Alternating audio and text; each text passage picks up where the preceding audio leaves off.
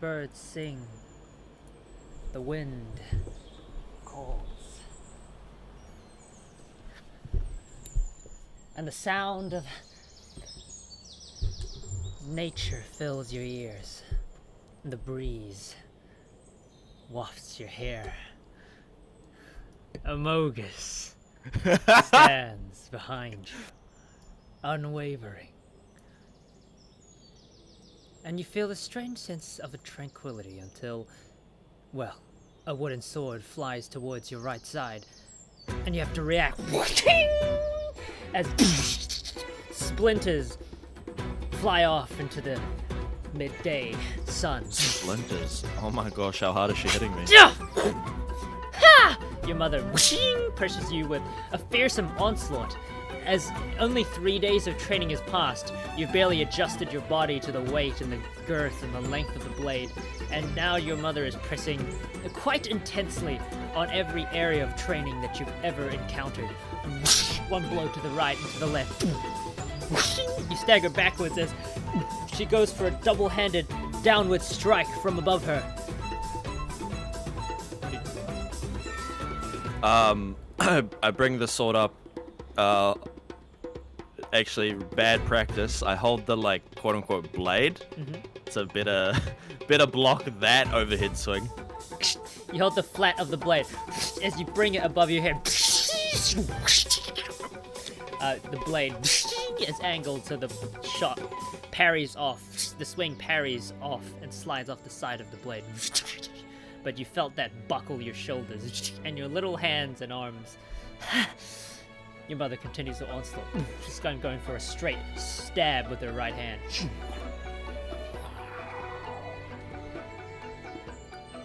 Straight stab. Sorry, hold on. I just knocked my drink over. Oh my gosh. Straight stab. Towards me? Yep. Alright. I'm actually gonna twirl off to the side from that. I can't afford blocking. Too quick to block or too fearsome, you twirl off to the side as your mother continues to press her advance. One step, two steps. As in the distance, you can hear Freya. Go, Dawn! You can do it! Go, Master Leader! You can do it too, I guess! Watch your footwork! As you turn to the side, you hear your mother say those words, and she advances on you with her legs. And as you twirl, she aims for one of them with her sword. Alright, I'm gonna do a jumping slash. I'm gonna try attack back for once. Yep, you jump into the air as your mother says, "Watch your footwork!" And the swing goes wide. You see an opening as she's underneath you, and you see her hair kind of bellow behind her as she presses forwards. There's a time almost seems to slow down as your training in both in this life and the previous life manages to grab hold of you, and you make a strike. How do you want to hit her? She's kind of underneath you as you've just jumped above her. She's got her head lowered and leaning forwards. I'm gonna hit her on the shoulder with a just diagonal swing. A diagonal swing on the shoulders. This one strike, your mother doesn't leave too many openings, but this one is a big one, and you want to capitalize all that you can. You give a hefty strike to her shoulder, coming down from behind her. But suddenly her head tilts upwards, as if she's no longer in the momentum of her swing. In fact, you can see the sword fly off her hands. She kind of lets it go. The sword is going to continue a trajectory, swinging sort of like a boomerang along the sides of the tall grass. Well, your mother extends her left hand, pushes it towards your chest. The blade, she comes inside of it, and her arm blocks yours as you go for a diagonal swing. It's just not enough to reach her neck, but her hand, her left palm, is already at your stomach. Ha! She gives a mighty yell and sends you flying off with a left palm. The wind is knocked out of you. As now you're streaming through the air. Alright, yeah, I just got destroyed. I kind of lob over rolling into the grass. And with her other hand, she grabs the sword, which you realize now is separated from your hands. You land with a mighty thud on the grass as your mother She just wasted a 5-year-old, bro. walks up to you slowly. I'm winded.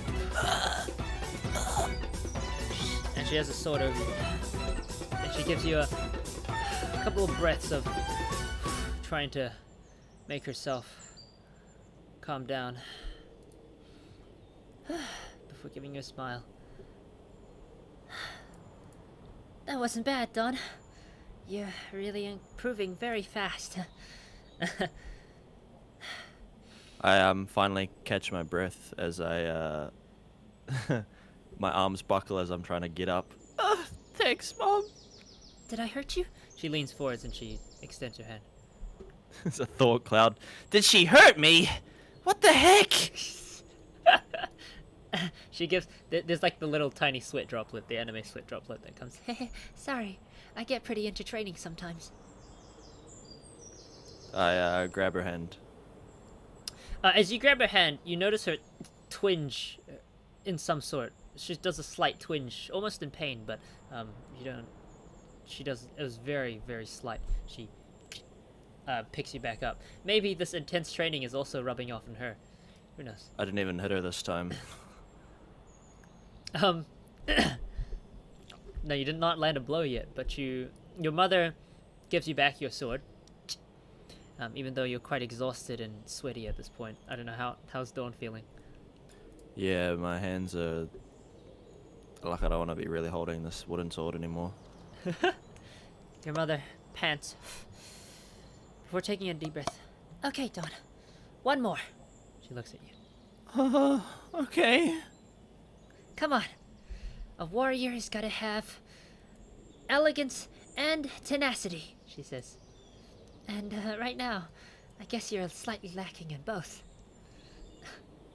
Maybe it's because I'm 5 years old, Mum. Well, you're 6 at this point. Oh, what? Why does my art look like this then? Oh, jokes. No, you are 5. You're 5. You're right. You're like 5 in a week. As your mother walks to where she threw her blade. Remember, Don, footwork is key. I groan. Okay. She picks up her own sword and she turns around delicately, swinging the wooden blade through the air. In the distance, you can hear Yeah! of Freya.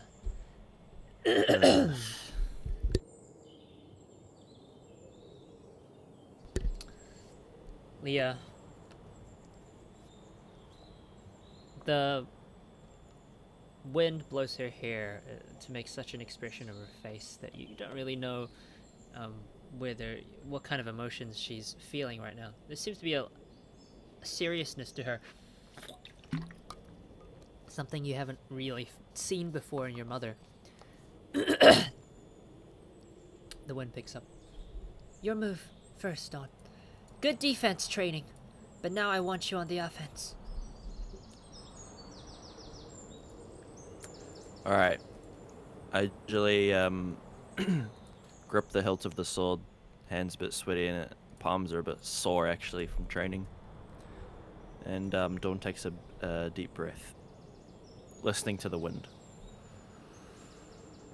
It brushes past your hair and your head and your delicate ears. A soothing, warm sensation of the summer wind. You can hear almost the breathing of your mother. The chirping of the birds, the encouragement of Freya in the distance. And the whistling it makes as it tosses the grass underneath your feet. Alright. I'm gonna focus as Dawn's gaze kind of changes towards her mother. The grass around her almost flows away from her a little bit.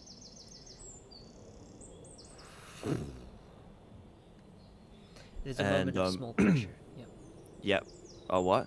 Yeah, you exert small pressure. And I'm gonna dash as fast as I can towards her. You dash as fast as your two little legs can take you. Your mother actually doesn't appear to be standing still anymore as you dash forward. She also comes and dashes towards you. It seems like this exchange will be finished in a single blow as you and your mother fly towards each other. Don, how are you anticipating this? What's going on? Alright, I'm going to slash her across the chest, almost the top of the torso. Your blade is directed towards her chest, the top of her torso, as it come around in a backhand sort of slashing motion, or right hand, depending on how you're holding Yeah, it. backhand, yeah. It whips through some of the grass before you jump up and let rip a wide swipe. Your mother also does the same. Both of you are in instinct mode only, and there's no time to really think about your actions.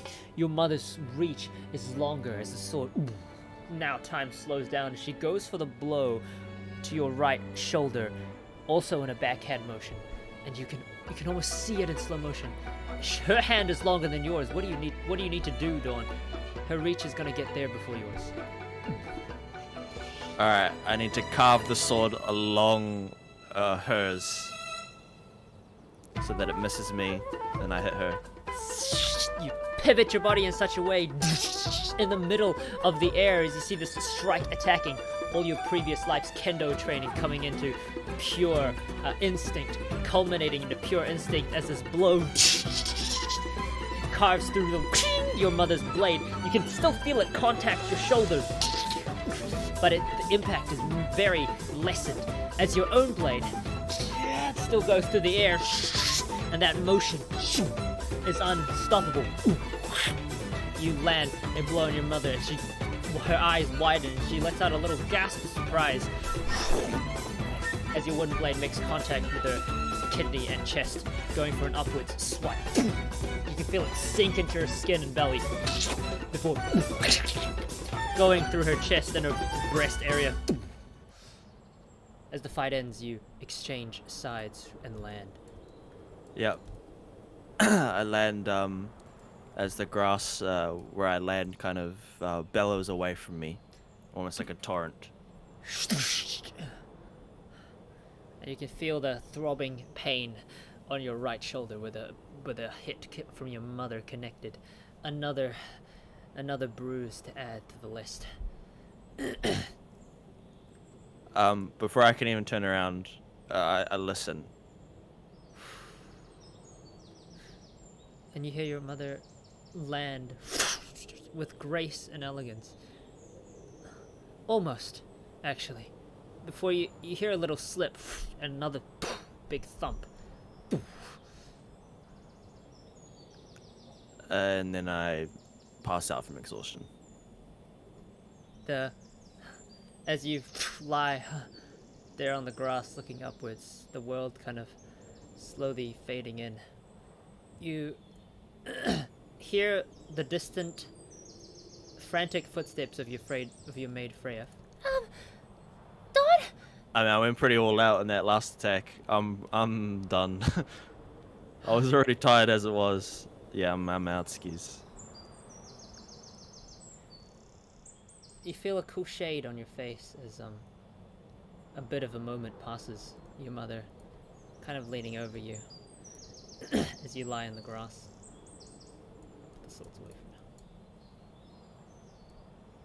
now. Her face seems to be a little contorted. That was a good shot, Dawn. Yeah, I'm almost out of it.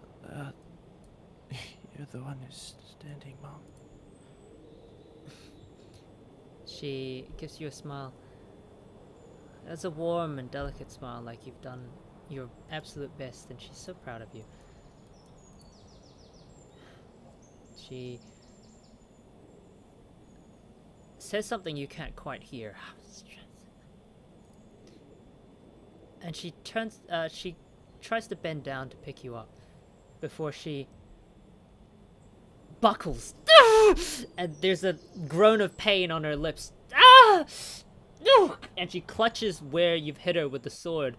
She goes down on one knee, and her screams kind of snap you out of the trance, the trance you're in. As your mother. I draw in a sharp breath. Mom!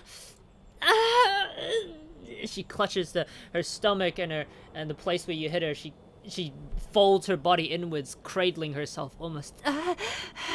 And her breathing kind of intensifies. What's wrong?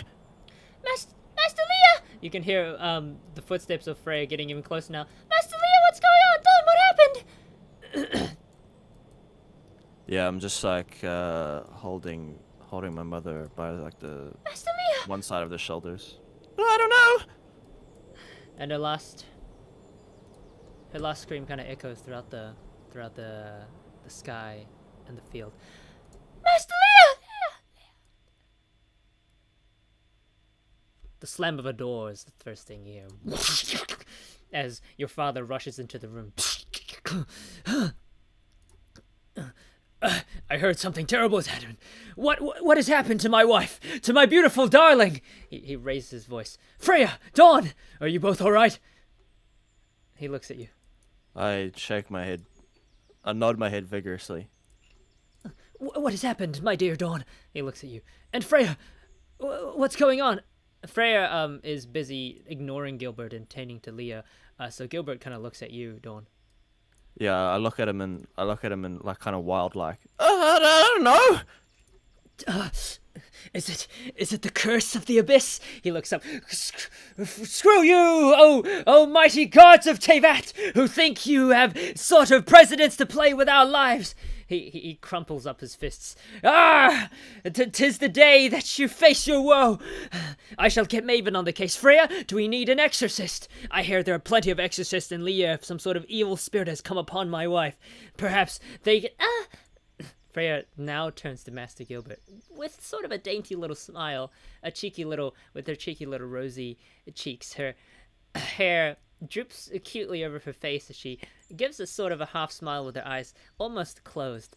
Master Gilbert, please calm down. It's No, is it a second-degree fever? He says, I have medical friends. I can inform our clan superiors immediately, and I'm sure they will send some sort of medical attention for our family. I'm sure they won't just abandon us. Master Gilbert... We ought to have some sort of precedence in this family. Maybe my brother can help. He knows... Master Gilbert! Freya raises her voice this time. And Gilbert kind of shuts up before exhaling. Sorry, Freya. What do you suspect it is? Is some sort of serious illness? He leans forwards. Freya smiles. No, none of that, you silly. She gives a little glance at Leah, who turns her head slightly to face you, Dawn, and Gilbert, and gives you both a little smile, a tired and pained and yet sweet little smile. She's pregnant. And Gilbert kind of just drops his hands to his side.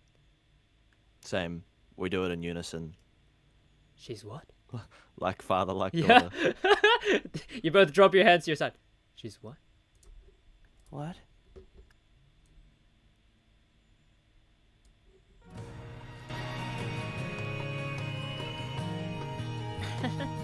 Leah gives a little smile and a little cough as she laughs. Oh, you both are such fools. Dawn's eyes kind of widen. Wait, you're recording, right? Everything's all right? Yeah, everything's fine. Okay. Dawn, the days pass in a blur as you and your family await this new family member. Maybe feel a little bit guilty as you kind of whacked your baby brother or sister pretty hard with that last encounter. Oh, that's why I said of the upper torso. Yeah, which is what you did. Okay. I didn't smack her in the belly. Yeah, but like in the uterus area. The blow caught her off guard. Yeah, right. Meanwhile, Freya and Dawn both experiment with things in the kitchen. You have your daily classes, Dawn. You're homeschooled. Usually you'd be in primary school at this age, but I guess in this world, primary schools are only for the special kind of people. Or perhaps you don't really know where your primary school is. Either way, you've been in school at home, and Freya is teaching you all the basics of becoming a good housewife. And next, we just add the stock, which we made last night. She's not that deep. Do you have the stock, Dawn? Can you pass it over? I passed it over. She grabs the pot with the stock and kind of mixes it with the other soup. By the way, Dawn, She looks at you. what's your favorite dish? I don't really know anything much about what you eat. Oh, probably. She takes a think. Katsu chicken. She blinks a couple times. Katsu. What's katsu? I get a. Oh, it's a dish that I made Hmm? in my head. Do you want me to try making it for you? Hmm? She looks at Tree, and she pushes her cheek next to you. Well, if it's not too much trouble. I get a dong. But Wait a second. why does katsu sound like nothing else in our language? She smiles. It sounds Oh! like a foreign language altogether. You know, creative because I'm so young. Oh, she says. That must be it. Oh, get me out. Your mother sits on the balcony as you still perform your sword training. You hear her voice. It's like a dance, Dawn. Imagine it like a dance. I trip. Ugh! Dawn! She tries to get up to catch you, but she's pregnant, so she sits back down. Oh, I don't trip over. I just like Okay. stumble. Nah. Like I'm not dancing very well. Is basically. It's on the footwork, Dawn. Yeah, footwork. Right. I would demonstrate, but She looks down. you know. I kind of turn, grinning. There's no way you're gonna let Dad name Zeal, right? She smiles. Well, he said dibs if it was a boy, so. And of course, you still have managed time to go out and occasionally play with the friends you've made. Amber and Gale are walking back from Morningville to the direction of Mondstadt, where you're listening to to Amber telling one of her stories about her granddad. And so this other day, he took me to a camp in Dragonspine, and guess what? I saw a fox! No, really! And this one was like all white, and I didn't even think a fox would exist back like before then, but it did, and I've only read about foxes in stories. And he was like, well, Dawn, he says, well, Amber, I'm not Dawn here. Well, Amber, well, Amber, do you want to cook the fox? And I was like, what? But it's a fox. Oh my gosh. You should have taken the fox back. We could have sold it. Selling it? What the hell, guys? Cooking and selling it? No, that's it. I said just let it go. And my grandfather laughed and he was like, ha ha ha ha. Okay, Amber. And he patted me on the head and then he let it go. But I could see it in his eyes. If I wasn't there, that fox would have been fox meat.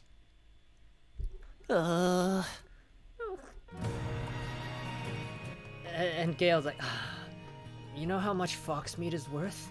He kind of looks down at his hands. I hit him over the head. Why is it that you only think about money?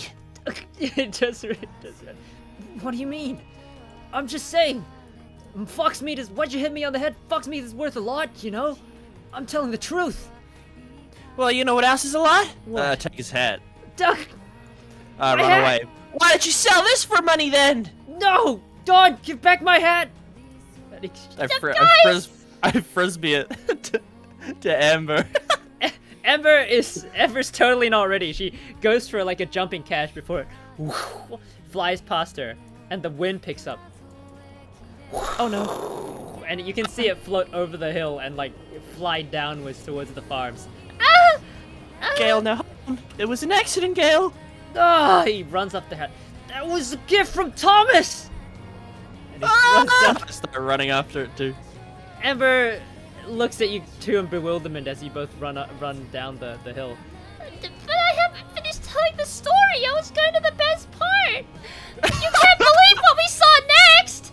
She ran down the hill. Guys!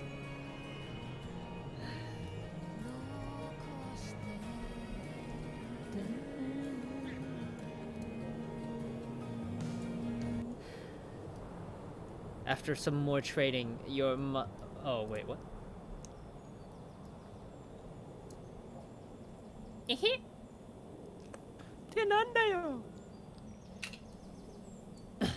After the seasons have passed, and you still train with your mother, even though she mostly just watches you as you practice your forms, and you learn how to cook, and all these different academic routines. You feel like you've grown, Dawn. In a short span of a year, you've learned more about yourself, and you've developed far more than how you've been in the past 5 years. As you relax at the end of the day, when the sun has set, and you enter your bathhouse, such a warm and foggy experience as the mist kind of seeps out from the warm bathwater that your mother has just helped fill. She splashes down in the water, exhaling in pleasure. Yeah, I have my head against the edge of the bath. Just I have a wet flannel on my forehead. Oh, this is nice. Your mother says as she leans back and lets out a breath of relaxation. Yeah, that hits the spot. Your mother then turns to you. Here, let me wash you.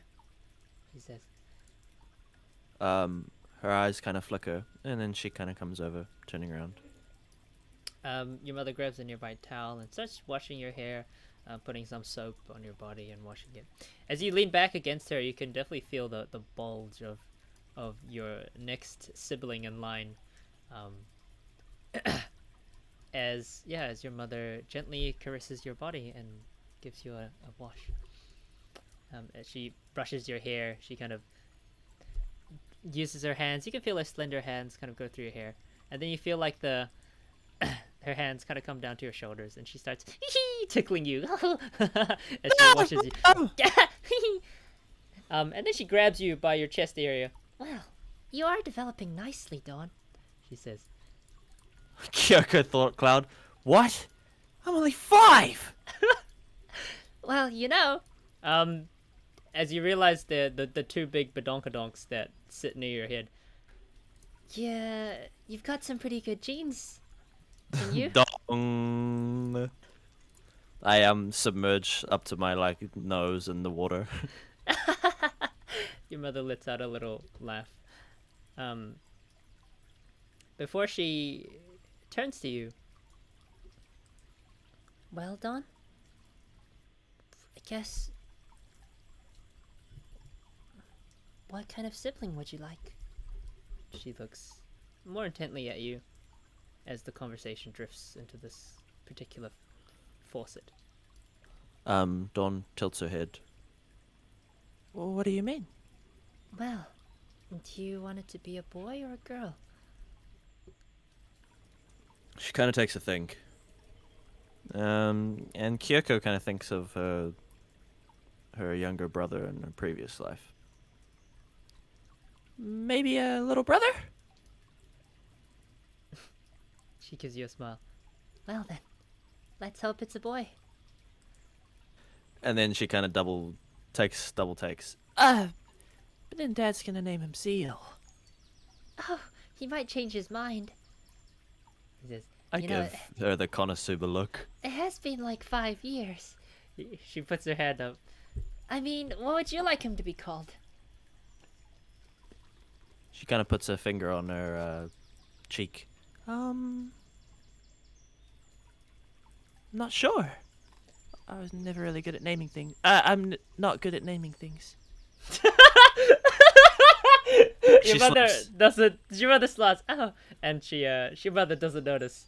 But you swear you see the face, a face outside the window.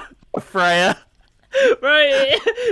You swear you see some eyes poke your head out the side of the window. Freya. You're shocked. No, you don't. There's a heavy scream as you hear your mother's voice. It frantically echoes around the room. Ah! You hear your mother's voice. It echoes around the room.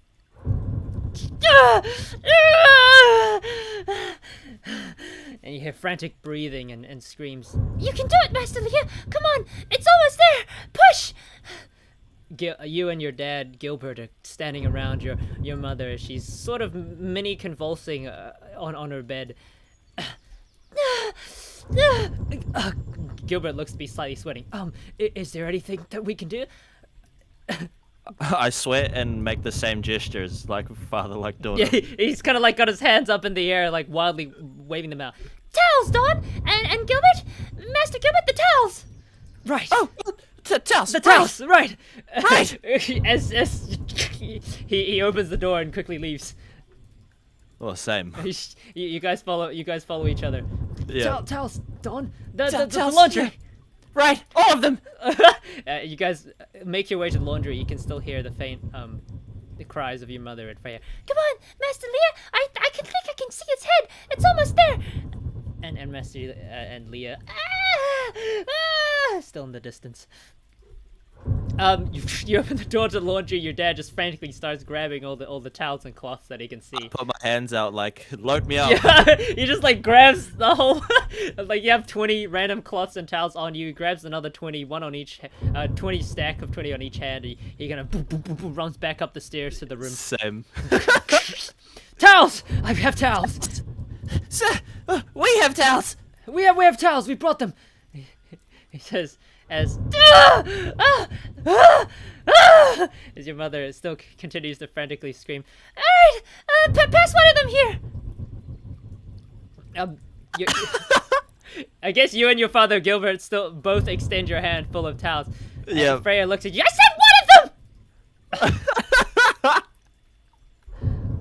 As she takes one from Dawn, I guess, and one from Gilbert, and cups their hands with them as she uses her hands.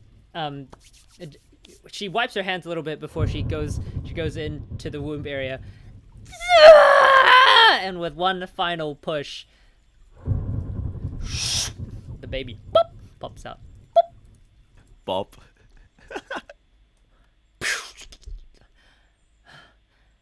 And you see the breathing as your mother kind of calmed down. As you hear the first cries of life.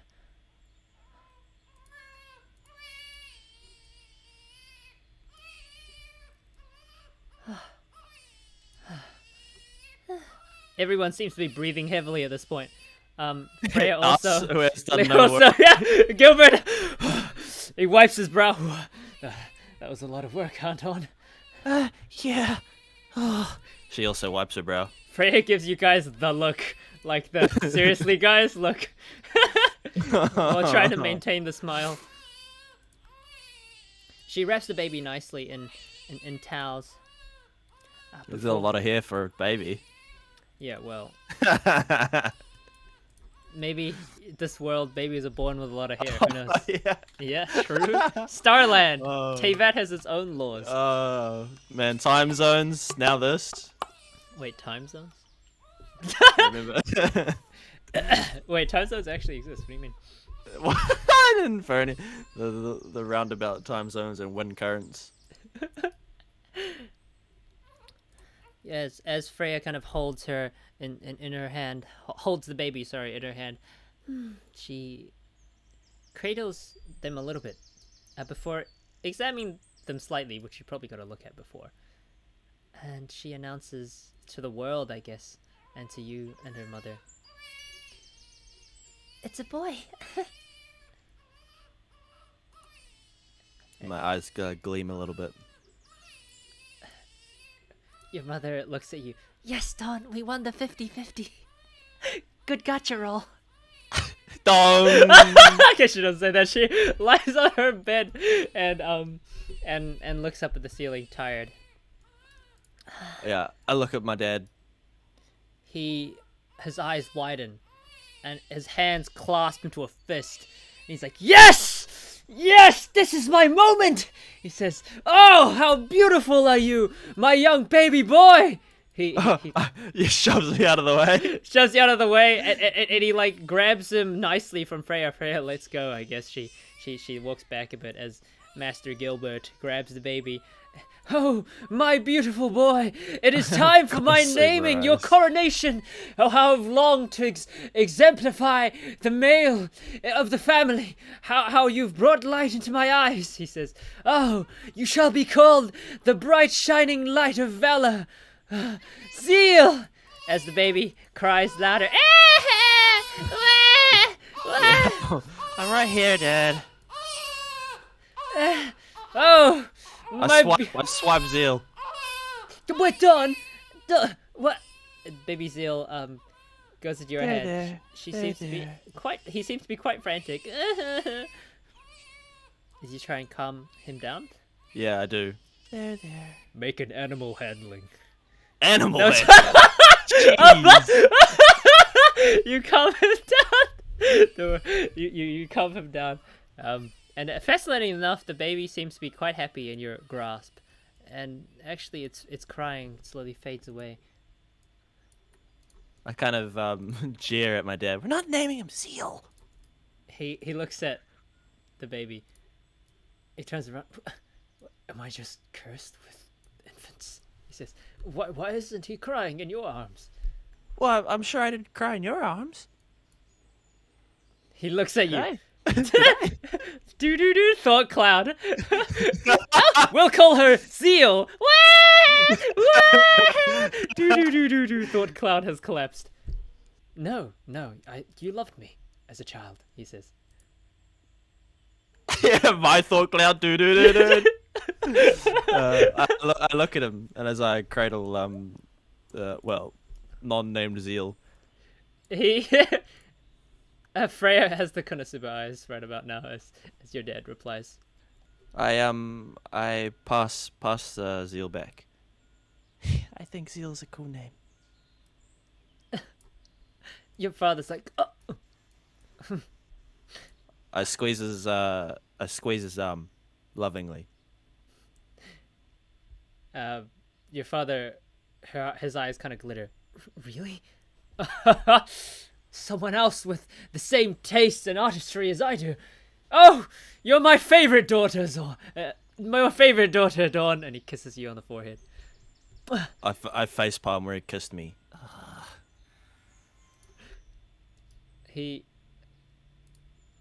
Leah. He walks with the baby to his wife. As he holds the baby in front of her. It's beautiful. He's beautiful. Whoops, sorry. Freya kind of takes a step back. Yeah, I stand next to Freya. And she smiles. They smile and they pat the head of the baby boy. Well, what did you want to name him?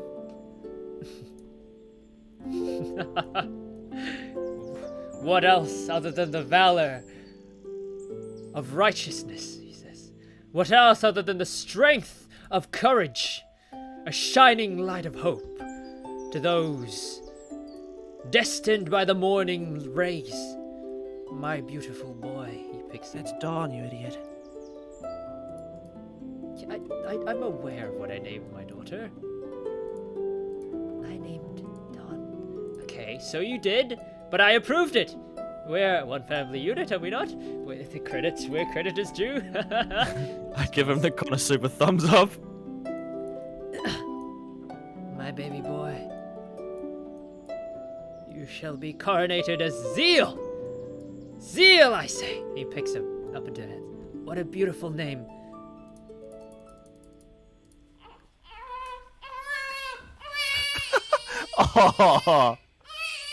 I, I lean over to Freya. Don't tell Dad that I think it's a stupid name. She smiles. Don't worry. I'm sure he might change his name in the future. She smiles. Freya smiles at you. Say, Dawn, why don't you help me deliver the next one? I get the dolly zoom. What? No. I'm okay. I'll get the some water. Buckets. I frantically leave. You leave. Freya says, Well, she's quite onto it. Freya, how do I handle this baby? Dawn? No, Dawn, where are you going? Why is she crying? Dawn, help!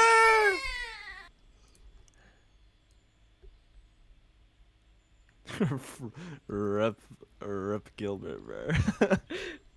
Well, welcome to Zeal Land. Yeah! Let's go. What if I changed his name, eh? The sheet wouldn't make sense. No, then I changed his name. It's what you could have literally named him if you wanted to. I gave you a chance. I was like, oh. I think it's cooler that he names him.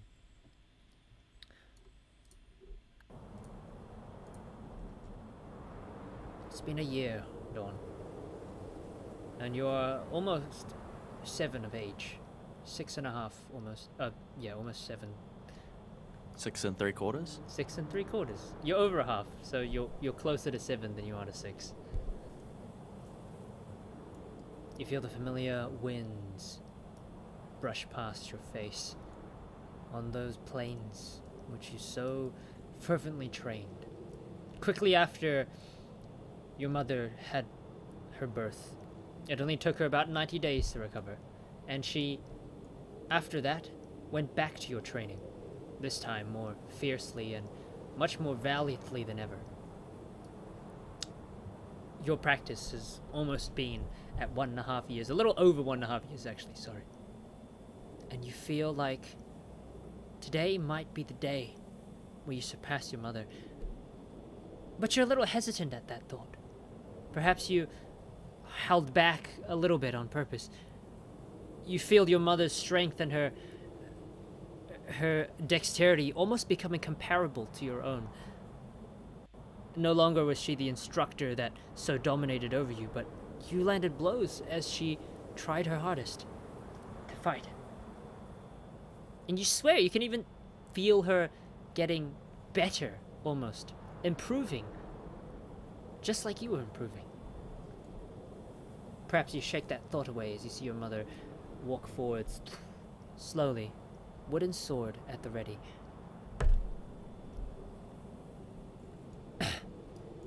Well, Dawn. Will today be the day?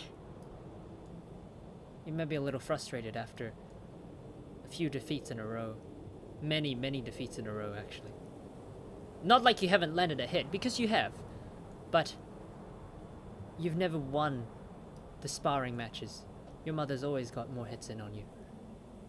And less hits herself.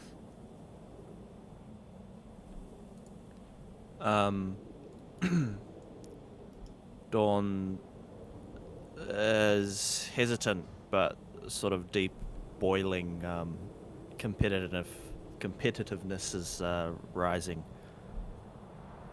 She gulps as the wind kind of blows. Maybe. You can control your characters now. If you want, I don't know. There you go, and the sword. Can you turn it into a drawing? Oh yeah, true.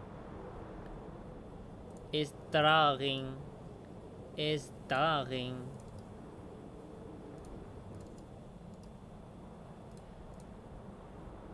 Your mother lets out a deep breath, extends her hands forwards, and gives you like the come at me sign, with the blade behind her back in her right hand. Alright. Dawn kind of lowers as her fringe hangs over her eyes a little bit. It's a bit more of a darker day today, right? Mm-hmm. Yeah. What light comes through kind of bounces off of her eyes as she looks at her mother. It's a little overcast as one of the clouds covers the sun, almost in suspense. She has one hand forward, palm facing up, and then her sword in her other hand, angled horizontally towards Leah.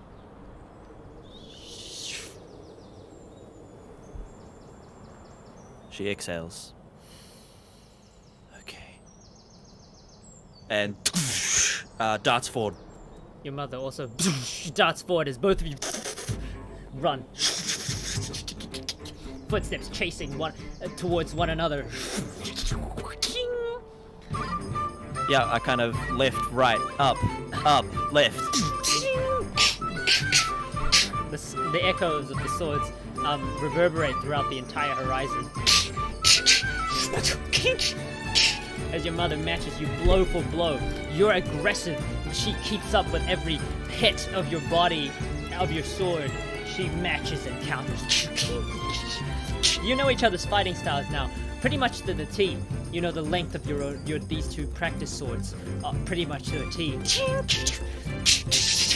As you exchange professional blows with one another. But your mother has more momentum. Each of her strikes seems to push you back a little bit. You feel your shoulders and your entire body as it presses against the weight of the blows buckle backwards. What are you doing, Dawn? You're on the defensive, and you feel like you have to turn pretty soon, otherwise you're gonna be tired out by the strength of her blows. She relentlessly goes right, left, right, up, down, up, right. I'm blocking, dodging a little bit more. I fucking thought about ramping it up, but it's quickly kind of eaten up by doubt. I stay on the defensive, actually. Your feet almost move rhythmically in motion as you barely subconsciously notice that the fact that one foot is slipping behind the other, and then a twirl, a twist, a turn, one foot, the other, almost like a wild tango or a waltz. Your mother does the same as she follows you up. And she goes for a finishing blow. It's a massive horizontal side cut. She wants to finish you off as you buckle backwards. You're slightly off balance. As she gives you this massive horizontal cut, what do you do? I let her hit me. Like on the torso? Yeah. The blade comes in. And you can feel the air kind of leave your lungs as her right-handed swing collapses to where your stomach is, and you feel your legs slowly lift off of the ground. Yeah, as I fly backwards, the grass parting away, kind of like the ocean. Yep. Moses. You gonna try to land, or are you just gonna get slid on the ground? Well, at that point, instincts come in and I land. You twist your body in midair so that you manage some sort of a decent landing as you slide on your feet, crouching in just a little few more meters. Yeah, the sword, I stick it in the ground as I'm using it as like a prop. As you slide back, can you make a survival check? Sure.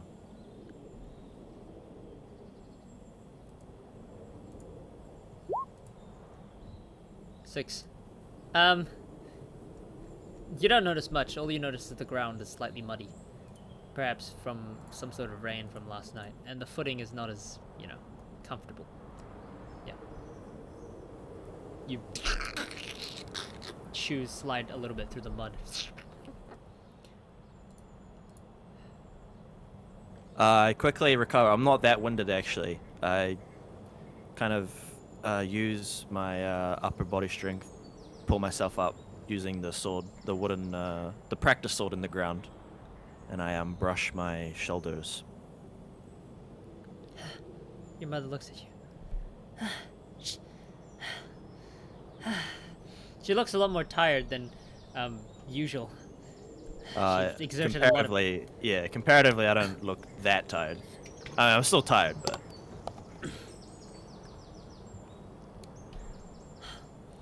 Your mother looks at you almost as if examining you.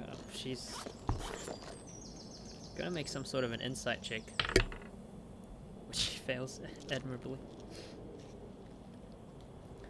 I do the like closed eyes smile. Yeah, you're always good, huh? Your mother steps forwards. You could have blocked me there, Dawn. Her eyes. I've been found. What are you talking about? You're getting sloppy today. Did you have too much dinner last night? She kind of takes a. She's taken aback. Takes one step backwards. Oh, no. Well, your mother looks at you. I suppose you still aren't ready to learn the secret technique. She gives you a smile and a slight shrug. It's a shame, right? Her mouth kind of comes a little bit open. What? Secret technique? You never said anything about that. She gives you a wink. No, because you weren't ready. But I thought today, you might have been ready. After all, we exchanged blows pretty well before, and for this entire week. You're almost up to my level, Dawn. I'm going all out against you. She kind of gulps, scratching the back of her head. What? You're way above me, Mom. Come on. Your mother's smile almost drops. No, Dawn. I'm not. Yeah, Dawn's fringe falls over her face a little bit as she looks down. She kind of grips the hilt of the practice sword a little anxiously. Land one more hit on me. She raises her sword. And I will teach you. The technique that I have perfected, well, tried to perfect, all the way since back then until now. Dawn's practice sword kind of droops diagonally downwards as her other hand kind of balls into a fist. Her fringe still covers her face as she's looking down.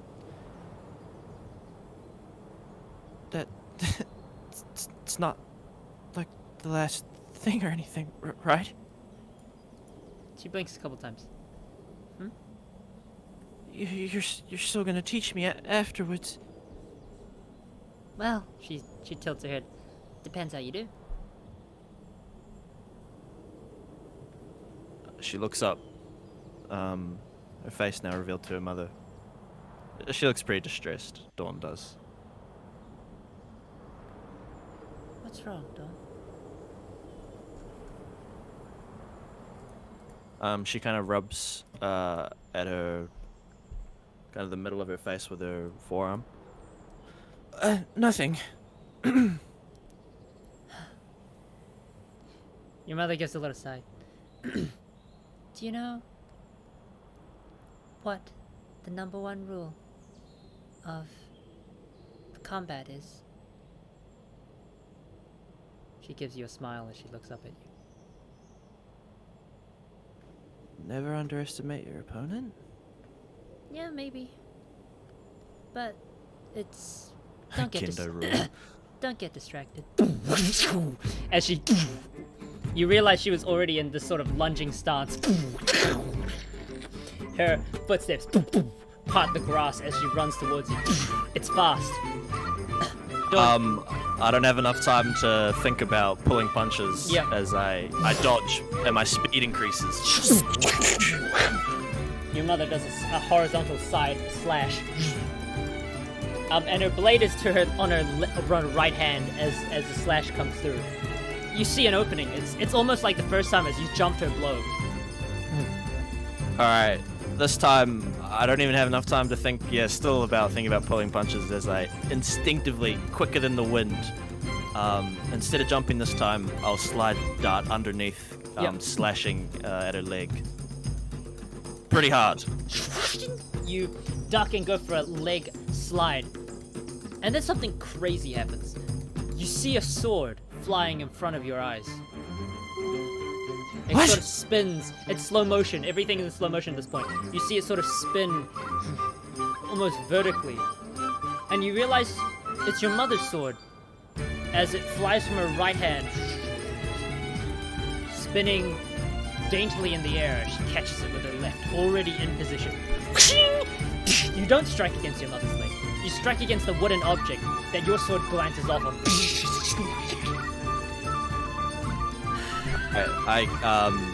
I guess because she blocked, my body keeps following through as I end up a few meters behind her. You slide and you end up behind her, trading positions. Dawn's panting. What?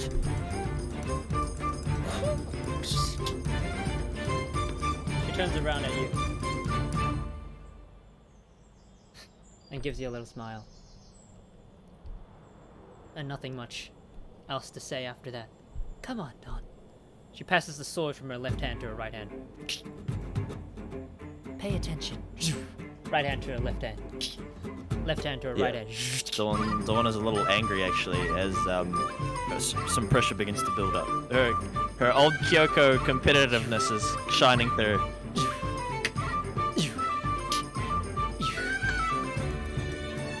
And I follow with my eyes. left hand, right hand, left hand. She's slowly walking towards you as she's passing the swords with almost elegance, actually. Almost like she's juggling the swords. There's a bit of suave and there's a bit of delicacy to every passing. It's not a crude pass, but a spin through the air, a delicate catch one way or the other.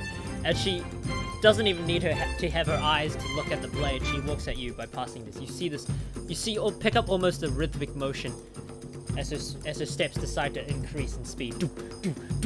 As she's almost jogging, fully running towards you. Eyes. Footwork. Focus! You can hear those words echoing not only to you, but to herself. As she comes in with a strike on her right hand. A stab. Just like from before. I dodge in the direction the wind is blowing. As I twirl, I'm going for a backhand counterattack. You can't even get a counterattack as you realize the blade again has changed hands. Her right stab has become a left stab as she... I'm taken by surprise again. Her body almost snaps into facing you. The amount of flexibility that she has by passing one attacking hand to another is incredible. As the sword is coming straight for your head this time. No punches being pulled. You're fast enough. Barely. What do you do? Sword. Yeah, I dodge. Limbo dodge. It catches the breadth of your hair as you see it, that some of your hair puff past your forehead. Parting. So yeah, as I limbo dodge, that turns into a backwards roll as I flick, leaping into the air, a good 5 meters away from her landing. You try and make distance, but your mother passes the sword again and starts running at you. You land, and you manage to turn around and get your bearings. Just before your mother clashes at you once again. This time she's going for a backhand, left to right diagonal slash. Alright, I use prop the sword up against the back of my forearm into a blocking stance, ready for that one. The sword actually flies out of her hand and it's up in the air for a little bit. Was that too quick for me to see? No. It's like your block was really effective. It kind of flies out of her hands. I look up at the sword. Distracted. Your mother doesn't even. Distracted. Your mother doesn't even give you a chance to look back down. She takes a step forwards and palms you again in the chest, pushing you backwards. I roll into the grass. She catches the sword. One blow, Dawn. Can you land it or not? She jumps forwards again. I rip some grass out in frustration. Don't be number one rule of combat, Dawn. Left-handed slice from the ground upwards this time. Don't be surprised. Alright, I leap for a front flip over her. Oh, sorry, don't be distracted. Don't be distracted. A front flip I kind over of dart forward and then leap.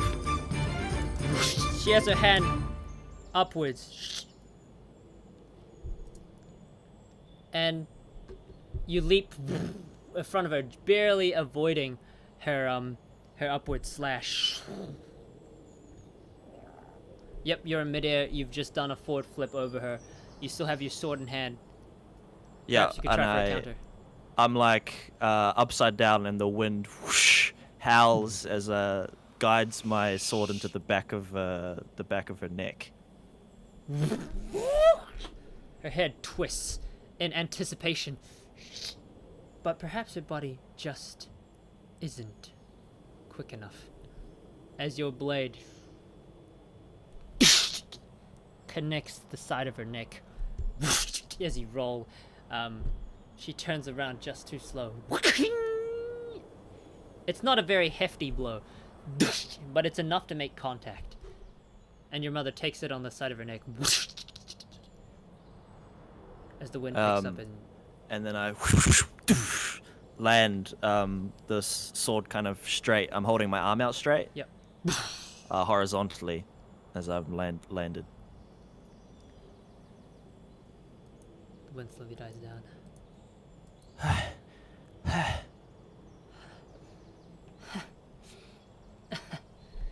Your mother smiles and turns around. I suppose I still need to keep working on that. After the adrenaline leaves Dawn, she kind of realizes that maybe she went a bit too... Like she had won what she was trying not to do this whole time. She slowly stands up, still not facing her mother. Your mother's quiet. She's still smiling a little bit before she looks at you. I slowly turn around and I look at her face. It's a smile. Her eyes are slightly closed. She has a wild smile on. She looks to be so proud of you, Dawn. The wind kind of blows her hair around her face. She was expecting a different look. Well, the look quickly fades, actually, as your mother's face turns into more of a solemn look, almost. Oh no! Like she's conflicted about something. I Can't run really over. tell the... Are you alright? I didn't hit you too hard. It was a lucky shot. She rubs her other arm with her hand. Her body language very like closed. She pats you on the head gently. Well, luck is also a factor of battle. That makes the day. 4-3, she says. That's the closest we've been so far. She smiles more this time and almost lets out a tiny bit of a exasperated gasp, laugh, giggle thing. How old is my mum again? 33. She's... If you add this age right now, so you're like 6 3/4, plus the 17 3/4 from Kyoko, you'd be looking at a... No, how old is Leah? I know, I'm trying to work out. Wait, she had me when she was 22? Oh, she's 28. Yeah, so she's 28. Anyway, So I look up. she's like 3.5 years older than you, in total. She's like 3 years older than you in total. Yeah. So she looks fairly young. She could have easily been one of the senpais at your high school, when you first came into high school. Yeah, I look up at her. Tentatively. Well, I suppose I have to teach you the secret technique, Dawn. Don't I? She shakes her head. You can teach me some other time. She smiles. No, it's fairly simple, really. Oh, my domain expansion. Thanks. Yes, she says, of course. Right, here you go. Clap your hands together. It's time to make some rooftops. I see. It didn't have to be like this. No, she tilts her head towards you. Well, Next time, I'll show you the secret technique. And Her smile drops now. there'll be nothing else that I can teach you. There's a sort of a dolly zoom as the wind blows of Dawn's kind of a headshot as the grasslands around her sort of zoom away. What? You've almost surpassed me in just over 1 year. Mother says, You're amazing, Dawn. After you... She's just stammering. I'll have you soon take the graduation ceremony. And then after that, I'll teach you about the secret 𝓓𝓾𝓮 technique.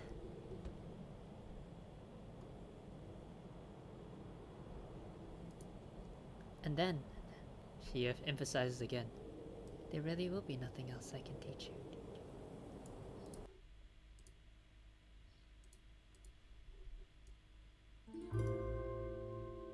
And Dawn, you remember a time, actually, something in this shakes you. As you remember a time from such a long life ago. There was a Oh, there's scene- like a reverse zoom. The room here was really large, and then it comes back to being normal.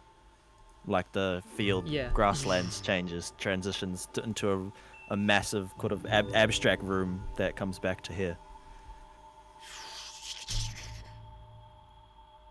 Your mother walks away from you.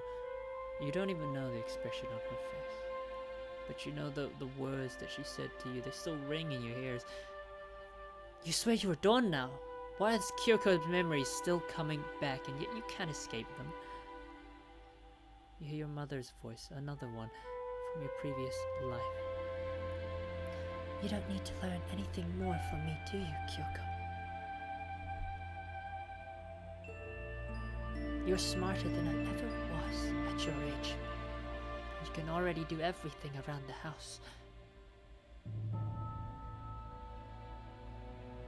Her hands kind of grip together, almost like she feels she fails in her duty as a mother, that her responsibilities of childhood has just ended. You're 13, looking at your mother.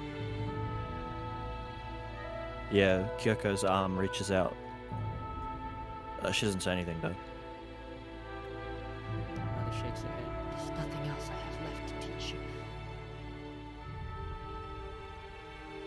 She walks towards the door. You don't need me anymore as your mother. She lets out one last phrase. Sayonara, Kyoko.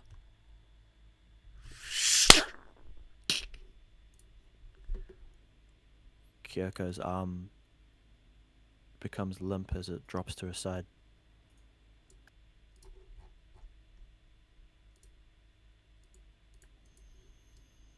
As does Dawn's, as her arm was kind of reaching to the ceiling, and it drops onto the bed.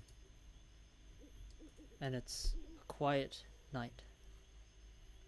You lie in your bed next to Lieutenant Bunny. Amber's present to you. But for your 6th birthday? Yeah. Cute. Maid Bunny. Maid Bunny. That's way better. Yeah, Maid Bunny. Is it Maid Bunny? Maid Bunny. It's Maid Bunny. You're lying next to Maid Bunny. Amber is present to you. What? No way. Lieutenant Bunny's way cooler. It's not even a lieutenant, dude. It's, you know, like Baron So? Bunny and like Maid Bunny, because it's like maid. Anyway. What? Yeah, like, Nah, Lieutenant Bunny. What do you mean? bro, What's wrong with Lieutenant Bunny? it's not even a dude. It's not even a lieutenant. It's kind of like it's Flower Girl Bunny, Maiden Bunny. Nah. So the original costume was Lieutenant, but I changed it. Okay, sure. Yeah, that'd be hilarious, actually. What did you do to my bunny, Dawn? Okay, yeah. But yep. Lieutenant Bunny it is. Lieutenant Bunny sits next to you as you just kind of look at the ceiling. Your mother's words, both of your mother's words, echo and resonance inside your head. There'll be nothing else can teach you. Yeah, Dawn grimaces. It's not the same. It's not the same. It's not the same. But is it not? Because your mother here has seen your capabilities just like your previous mother has. Training you in all these different things that you excel at. Maybe you're destined for greatness, Kyoko. Maybe you're not climbing stairs, you're standing on an elevator. Perhaps there's things you just cannot change. I sit up. Her hands bundle the bed sheets between her fingers.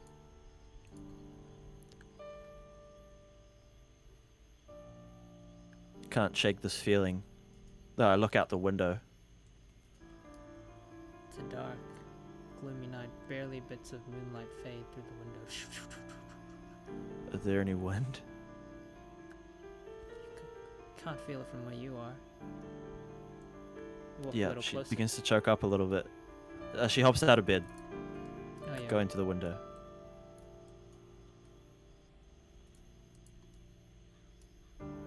Indeed. Perhaps you just dare wished it so in your imagination. Feel a tiny breeze brush past your cheek. Almost in lament. It's the tiniest bit of relief before it's kind of drowned out by doubt. Still. She kind of sighs, rubbing her face with her forearm.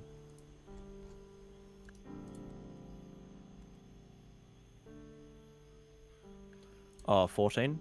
Or is that Yeah, the sorry, mistake? 14. Okay, Wait, 13. which one is the It's 13, mistake? 13, 13. You're right. There you go. It's just sad. Dawn grips the windowsill. Expecting more wind, however, it has not come. But you do hear something, Dawn. You hear make a perception check. Do you want to take my passive? Your passive is what? 17. Okay, just make a roll. Wow, because I'm not actively listening. Okay. Well, you hear something with your passive, and then you're perceiving it now, just Oh, okay. even Well done. subconsciously. Well done. That's pretty good. So you hear something with your passive perception, and your active perception is determining what it is. So you hear a sound.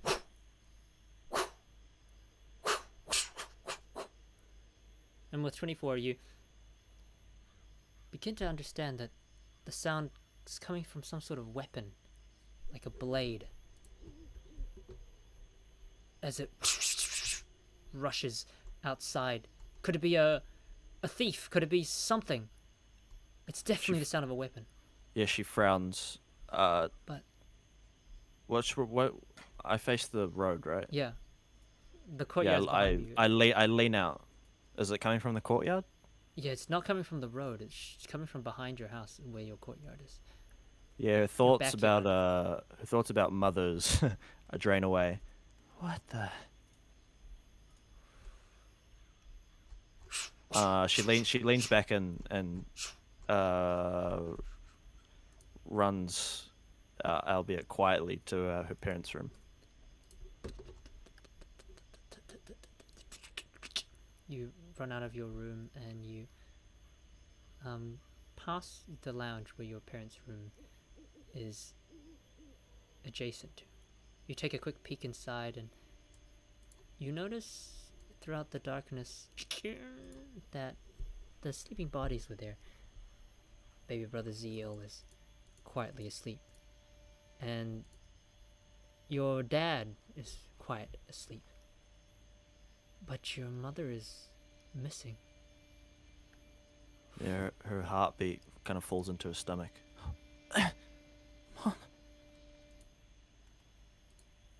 And you hear it again through the window on your left.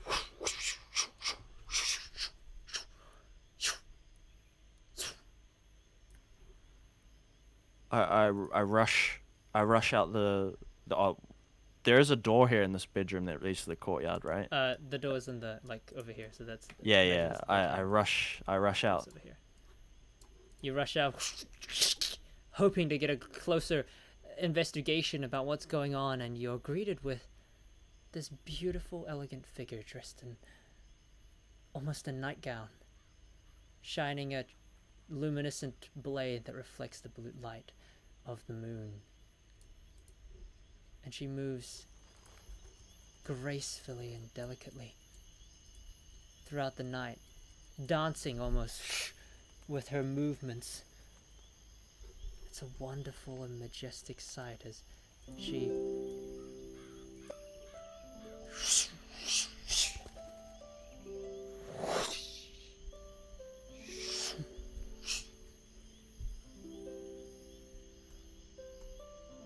prances with such a delicacy you've never really seen before. Dawn's eyes widen. You see her sweat kind of run off her forehead, catching the glaze of the full moon before it lands beneath her.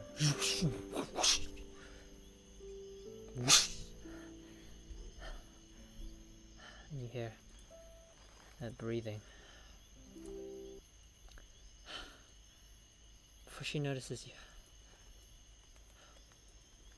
Yeah, I'm like hanging. Dawn's hanging her body off of the door, the open door. Mom? Dawn. You're up late. She quietly closes it. I just heard something, and then I saw you were missing, and She brushes the hair off the side of her face to reveal her eyes. Were you scared? she pulls at her. No, I'm not wearing a skirt. I'm wearing pajamas. She pulls at her pajama pants.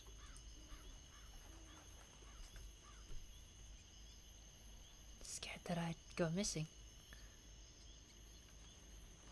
She looks up, kind of sharply. Yeah. She gives you a smile. You know, Dawn, sometimes I think you're so mature, and yet you have these wonderfully childish moments. Her eyebrows kind of furrow as she clambers down from the porch and goes to hug. Yeah, she puts the sword, sheaths the sword and puts it down, leaning it against the railing. Oh, not the railing, the deck. And she gives you a little hug as well. Having bad dreams? Can't sleep? Yeah, she kind of burrows her face into her tummy. You could say that.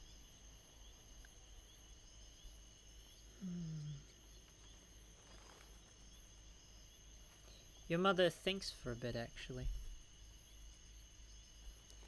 before she offers to tell you a story. Opens her mouth and speaks quietly into your ear. Well, do you want to hear a story then? She kind of nods her head, still squished into Leah's stomach. She gives you a little head pat. You can't hear it very well from there. She pulls away. Your mother's smiling as she sits down on the deck. And I guess you sit beside her. Yeah. On her left. She takes this moment to take a breath down and look up at the stars above, some of which are visible, but some of which are covered by clouds. She begins to speak of a tale.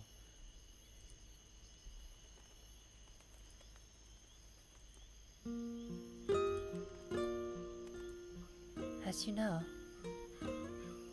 Mama comes from Liya. It's a big and wonderful country with a lot of tall cliffs and beautiful sights. When I was young, my family was one of the richest in all of Liyue. Actually, my grandfather used to be one of the Qixing, one of the most important people in the land. We used to sell traditional weapons and instruments for ceremonies. She takes a glance at her sheathed sword, almost in sadness, in sentiment. But our competitors, another family who sold the same items as us, were blighted by greed. And they caught our family in a terrible scandal. Set our family up in a terrible scandal. She turns to you. You see, before any shop starts a business in Liyue, they must sign a contract to the god of that land. She gives you a little smile, actually, a big smile at this point. That's right, the Geo-Archon, Rex Lapis. It was a contract that bound us to doing fair deals and obeying the laws. She looks down as her hair kind of droops over her eyes. But we were framed to have broken it. Unable to justify himself, our family faced a grave resolution: exile. We were Dawn banished. frowns. Yeah, your mother still looks down at this point. We were banished from Liyue. My grandfather grieved that he could not resolve this incident that doomed his family. He And she hesitates on this next part. disappeared and never came back. Do you want to make an insight check to see what that means? I'm old enough to know what that means. But do it anyway.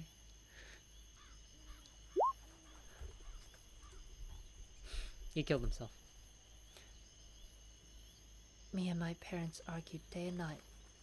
Both of my parents and I argued day and night about what to do with me. In the end, I was so frustrated, I decided to run away from home. I think that was the thing I regret the most. But as I was cold and hungry, I was picked up by a band of mercenaries. They were led by someone called 𝓓𝓾𝓮, who you know as the Red Rider of the Outriders. Yeah, Dawn's eyes widen. Amber's grandpa? She shrugs and smiles. I guess I wanted to be of help to them. I wanted to prove I could fight. We were on my way to Mondstadt when we were attacked by a band of bad people. People who were from Liyue, sent there to make sure I was silenced. And I realized that the same fate had fallen the rest of my family. I used my skill to fend them off.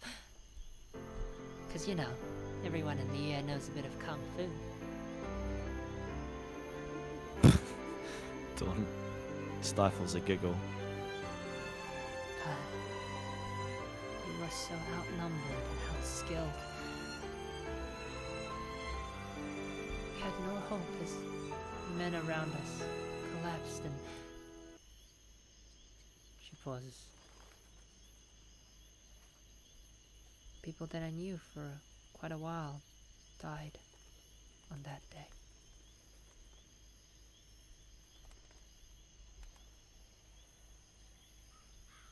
She looks down and takes a big pause, recomposing herself.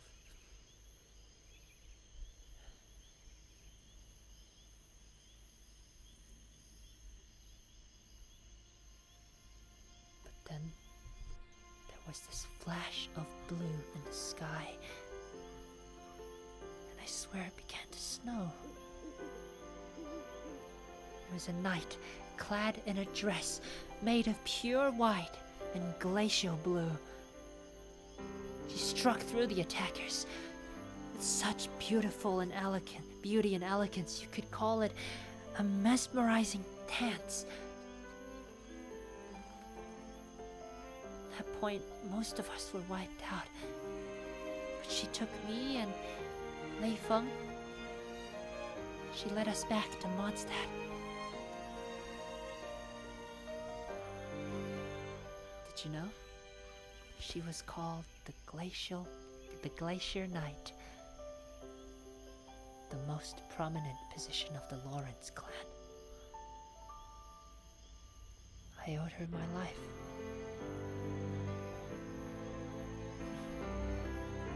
She smiles, looks up at the sky almost to remember, try and burn in her memory that fateful night where she was saved from the terror of darkness and death.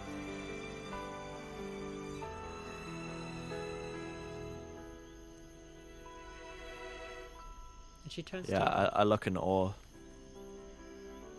Do you know what happens in a few days, Dawn?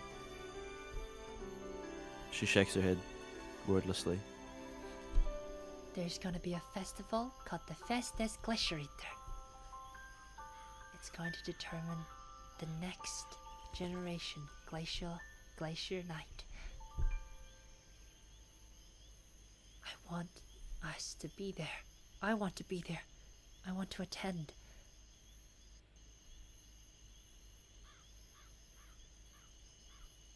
That's what I've been training for all this time. And you could see the sweat now on your mother's forehead. And you could almost remember that the same sounds might have been heard more faintly throughout all the nights that you've been here through the past year. You've thought you've heard faint things through the night, but you just close your eyes and go to bed. Probably the flapping of wings of the birds, or the wisps of wind whipping across long grass and trees. But now you realize perhaps all of that time, those specks of sound, was your mother training in the moonlight. An expression of shock kind of plasters over Dawn's face.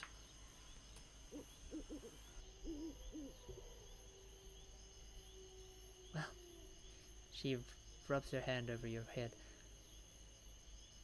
It's time for bed. Dawn?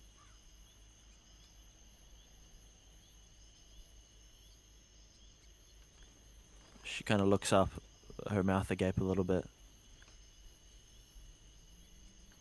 Have you been training every night? Your mother smiles. Perhaps. She kind of looks at her hands in her lap, what Dawn does.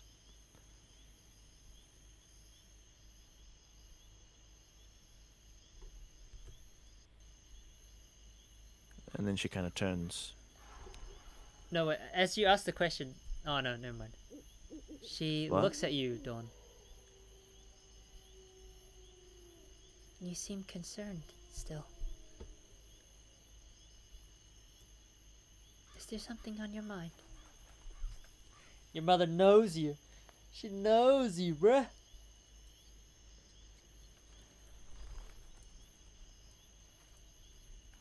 Dawn kind of turns. You knew I was holding back, didn't you?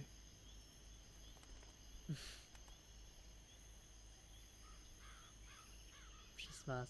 Are you scared of beating me?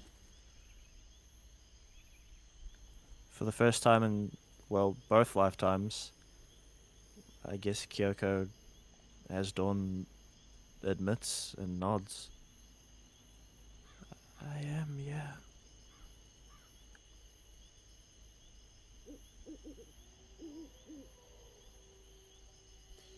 She lowers her head a little and looks at you. I want you to think on this question a little bit, Dawn. Do you think the sun will ever melt the snow? She looks in your eyes. Yeah, Dawn's eyes kind of glass over a little bit. And your mother smiles and gets up. Well, you're gonna be very tired tomorrow. Let's get you to bed. Otherwise, let's get you to bed now. Otherwise, you're gonna be very tired tomorrow. Come on. A little in shock. Insane.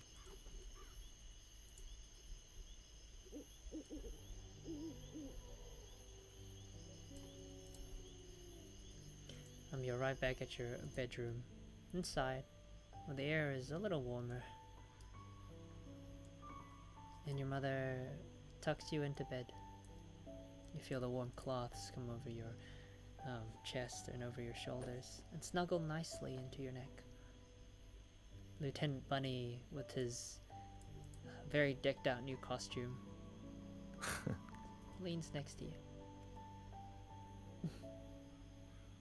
Lieutenant Bunny is here to watch you as well, Your mother says as she puts the figure closer to your face. isn't she? Dawn nods sheepishly. Good night, Dawn. I hope you have sweet dreams. Good night, Mom. And she gives you a gentle kiss on the forehead. Maybe when you're older, we can go to the year or something together. Her eyes light up. I would like that. Visiting my homeland with a new family. She walks past you as she blows off the candlelight. Now that would be an adventure.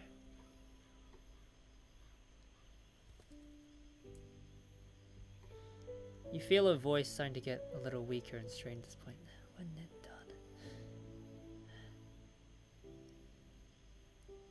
Dawn? I look at her as Leah kind of pauses at the doorframe. She Mom? leans against the door. I suppose I need to get going to bed as well. Good night, Dawn. She closes the door gently.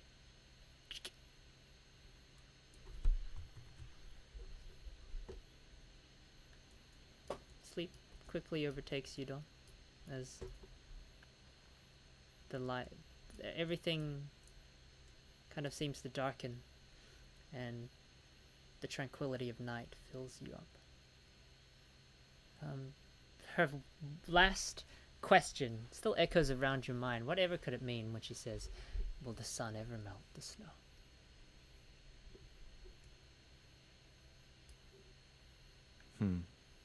Insane.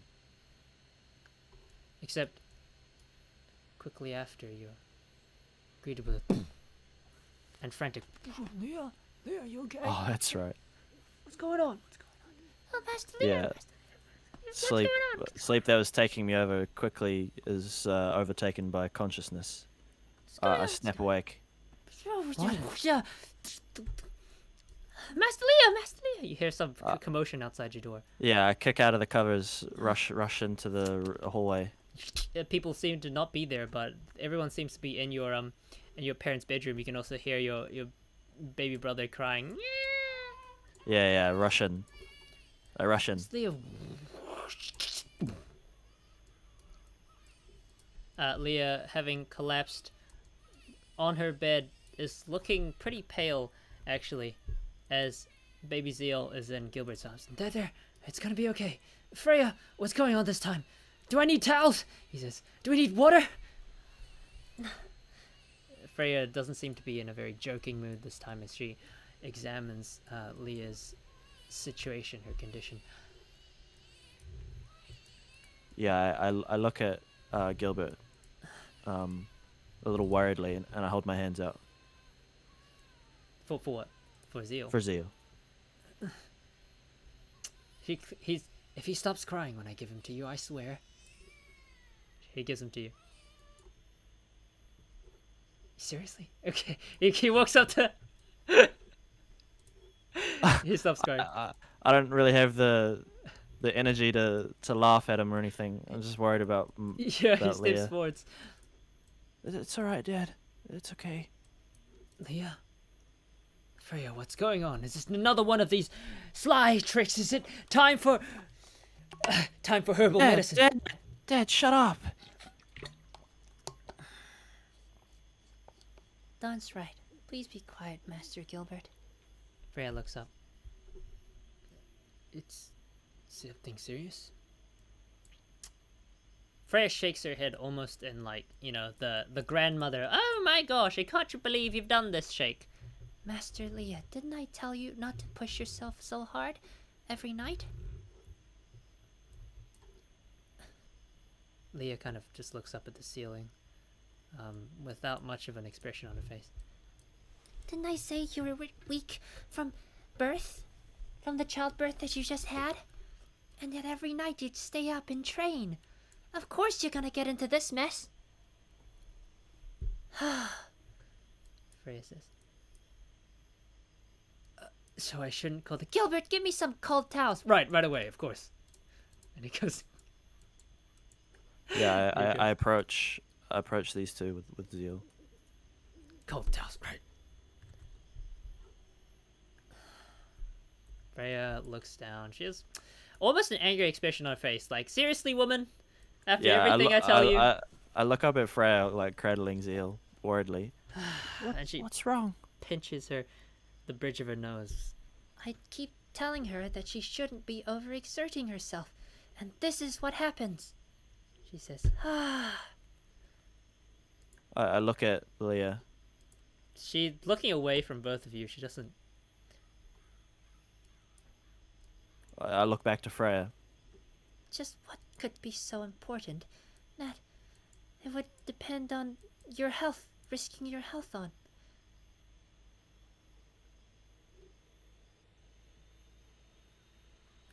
I kind of raspy almost exhale the festival.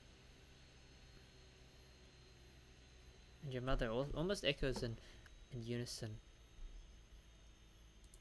She gives her own words.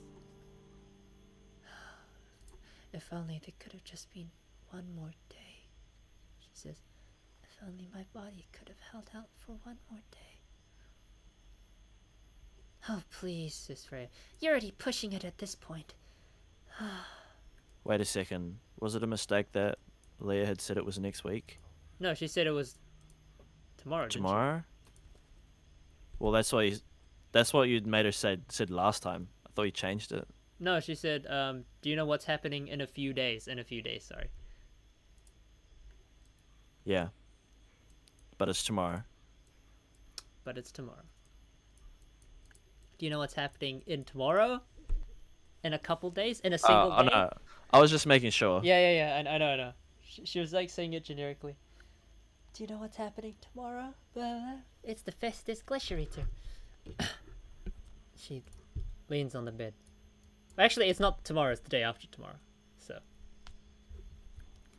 I approach. If only my body could have held out for 2 more days, she says. It'll be okay. You recover quickly. Freya at this point, actually, she doesn't say that. She recognizes the importance of the glacier ether. And, she looks at you both before leaving. And saying past Dawn. She's pretty, past Zeal, she pretty much says as she cups her hands to Zeal. I pass him kind of solemnly. Freya doesn't look too happy, huh? She doesn't look too happy at all. As you hear Gilbert's footsteps come back, and Freya's like, No, actually, I require something else. says Freya, as she walks out of the door and closes it gently, leaving you and your mother alone. Yeah, I approach the bed and grab onto Leah's arm. It's gonna be okay. It's 2 days away. She sighs and she looks at the ceiling. No, you don't understand. This festival happens once every 7 years, she says.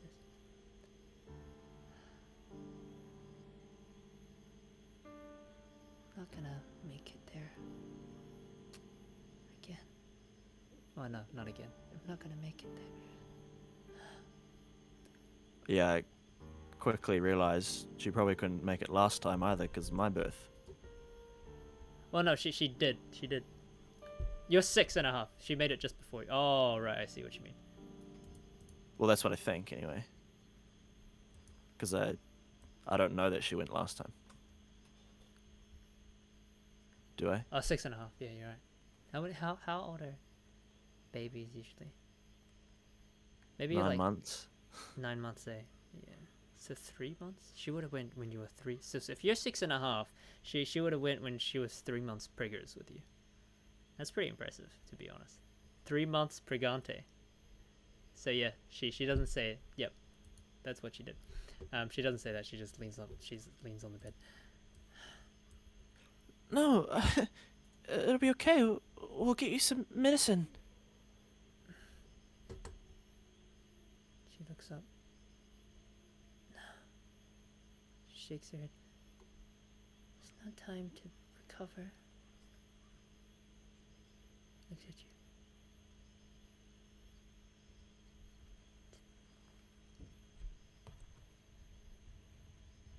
Actually, the festival is tomorrow, she says. I was saying a few days to give you a little more moment to prepare. I thought I could surprise you. I knew Dawn's eyes widen. I knew you wouldn't be able to sleep if I said it was tomorrow. She looks at completely lost for a solution.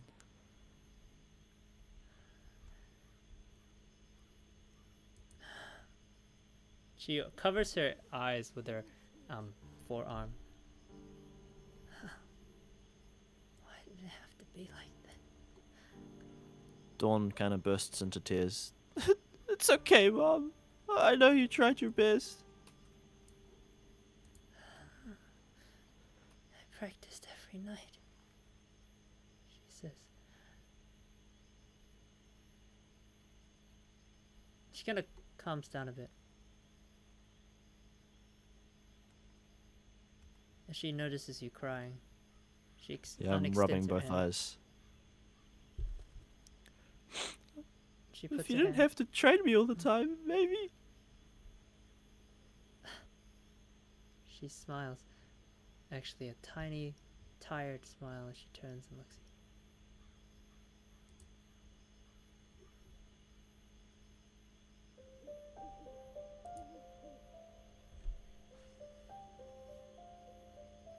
What do you mean, Dawn? Why are you crying? I feel so bad. Do you know, 7 years ago, She says weakly to you. I went to the Glasdesverschritter and I did the most appalling performance. She kind of wipes her eyes and the snot from her face, and she kind of laughs. What? That was terrible. I almost tripped. I fell twice. It was absolutely appalling. And I thought to myself, She kind of laughs. I know, right? I was really nervous. And I thought to myself, I would give up on this dream. I'd never dare to be the Glacier Knight ever again.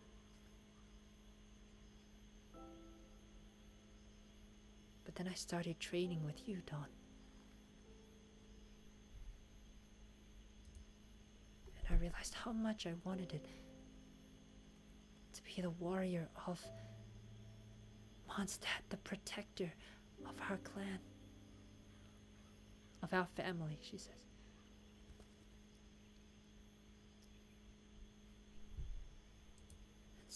feel bad, Dawn. If it wasn't for you, I never would have even thought about joining it in the first place. Aw, I go for a hug. I squeeze her. She exhales and she hugs you.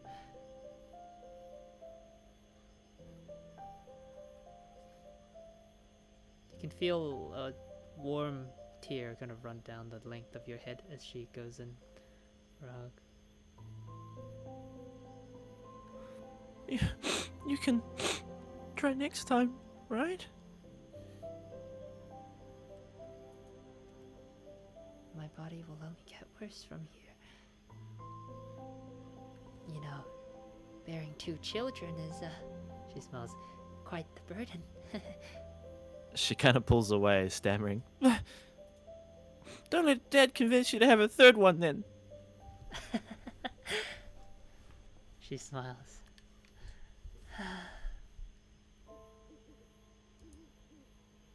But She looks at you. maybe sometimes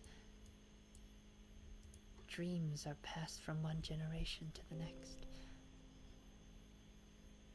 And even if I could never accomplish such a thing, maybe. And she tilts her head to go to sleep at this point. Someone else can.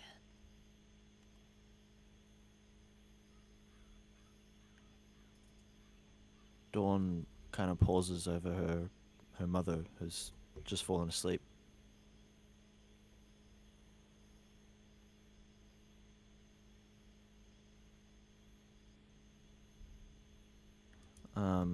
She kind of leans in and kisses her mother's forehead. And she turns away to the door. A little bit determined or uncertain.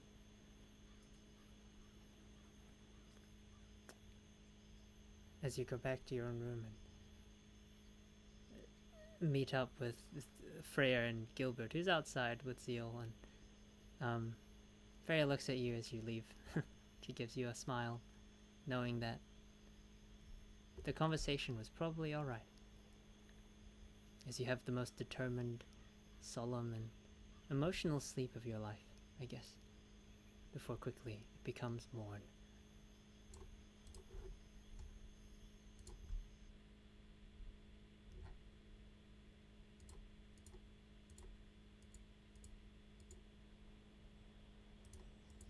I kind of look at Freya. Dad went out early for painting today. Yes, She smiles. he seems to have wanted to get the extra. He seems to want to get the picture of the morning. He loves his landscapes. She smiles. Although it's probably gonna turn out. Dawn frowns. Yeah, but he never goes out this early. You're still pretty tired. You didn't get much sleep from last night. Freya is feeding baby Zeal, stirring up some sort of porridge and feeding it into his mouth. Baby Zeal is happily accepting it. I happily come over. Oh, can I feed him? Okay, here you go. But remember, he only opens his mouth when you say, "Here comes the..." Airplane! Oh! Baby Zeal swallows. Yeah, Dawn. The what? She leans to you. Oh, there's a... You know when the background is like glass and it shatters? Oh, there's a Kyoko thought cloud. Oh no! That's the biggest mess up yet! Dawn, her neck turns towards Freya. Her face is in your face. The what? The air glider! Oh, because I thought you said airplane for a second, which is strange because I don't know what that is. Airplane! She scratches the back of her head and kind of brushes Freya off. I never said that. He must have heard it wrong. Right, you must have said wind glider. mistakenly said air glider, yeah. Yeah, air glider. Oh, Don. Instead don't of you know silly me. Don't you know it's called a wind glider? That's why I said I made a mistake. Both of you laugh. Well, She scoops up a bit of porridge. why don't you try it? Here comes the wind glider. Here it comes. I'm a little bit. She opens her mouth. What sound? Before she puts the spoon in her mouth, What sound should the wind glider make? she puts her finger up to her lips. I go shh, shh. Make one sound instead of Ding airplane dong. noises. Those are very good non-airplane impressions you're doing. Before she Orange. shoves the spoon in your mouth. Yeah. You guys have a little more friendly chats. Before you hear the sound of outside. And then a I kind of turned to Freya. Who would that be? Oh. Excuse me for a moment. It's that time, huh? Excuse me for a moment. as she quickly rushes in your room to do something. What? The door opens. Ah! If it isn't the other estate. Now! Is my brother round? Gilbert! He says, Gilbert! Oh, he doesn't say brother yet. He just opens the door. Gilbert! Gilbert! Hello! I stuck my head out into the hallway. He steps through. My, what a frivolous place. I see he's decorated this with his own sense of artistry. You see this blonde man with this dazzling little mustache and goatee beard. He's got this very prim and proper dress on. He's holding a rose, which you recognize is probably from your garden. He's literally just plucked that out. Whoa, mustache! I cover my mouth quickly. He looks down at you as you say these words. Ah, you must be little daughter Dawn. She stammers. Who the heck are you? Heh. You can't just come in. Did your father not teach you any manners? Really now? Ha! Well, I don't suppose he would. He is quite a simpleton after all. My idiot brother. He muses to himself. 3 dots. Doot, doot, doot. Blonde hair. Same poetic speech. Dad with a mustache might look like this guy. Are you my uncle? Precisely! He says, yes, I am! He says in a, if this was English, Japanese, he would have said that in English. He sniffs the rose. At least your roses are of admirable quality. He smiles. My name! He puts his hand Yeah, to his forehead. I jib backwards. Is Gawain! What? Go what now? Gawain! He Is says. that actually how you pronounce your name, sir? You have to say it with a bit of emphasis. Otherwise it would come off as weak. I bow up and down. Okay, Uncle Gawain! Yes! You've got it! Little Dawn, I've heard rumors about you. About how, well... Never mind that. He looks at you. You seem a lot more respectful in person. I shall pardon that little stammering from earlier where you said some uncouth words to me. Now that you know who I am.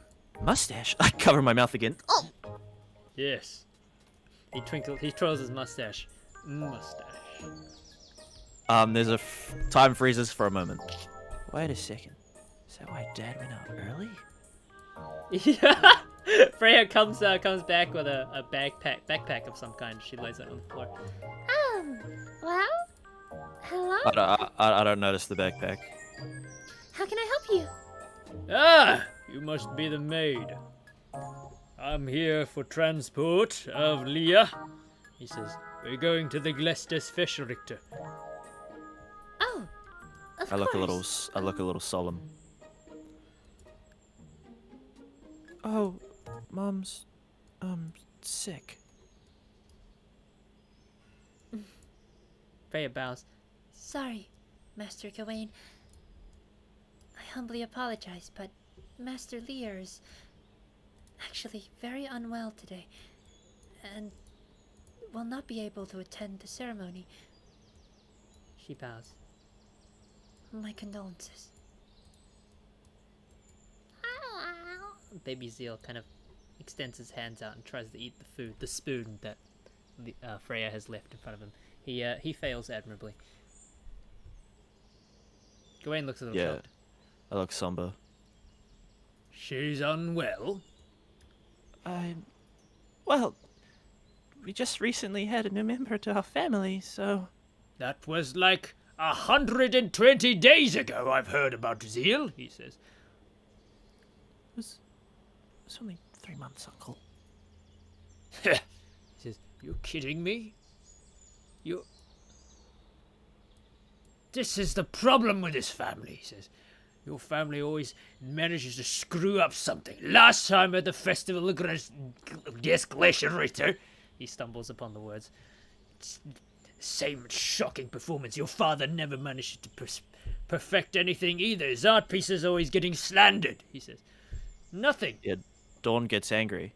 What? What are you talking about? You don't know, girl. I'm the one that's... I'm the elder brother," he says. "Whenever something bad happens to this family, tardiness, or lack of performance, it's..." And he gestures to his chest and slides his hands down his coat. "My coattails that gets dragged through the mud." He grabs his coat. "See these? Mud. Dragged." Well, that's your fault. Don't have to go bad-mouthing my parents. You feel a hand on your head as Freya bows. We are very humbly sorry, Master. She kind of pushes your head down a tiny bit with a little bit of force. Master Gawain? Yeah, I also... Politics. I bow. She whispers to you, Freya. You'll understand, son. She gives you a little rub. We're terribly sorry, Master Gawain. Please, do forgive us. So Leah is unwell, and she cannot make it. Dawn's hands kind of ball into fists. What am I gonna tell them? Oh, one of the contestants from our family just didn't show up. Well, how would that look on my record? I would look terrible, he says. I'll go! She kind of blurts out. He looks at you. You? How old are you? You're barely brief- 5, he says. There's a brief pause. 6 3/4. He laughs. Have you have any sort of the etiquette that your family is offering? He says. Then it'd be a mistake for you to go. You just ruin everything. She kind of slashes through the air with her hand. I can do it! I'll represent us!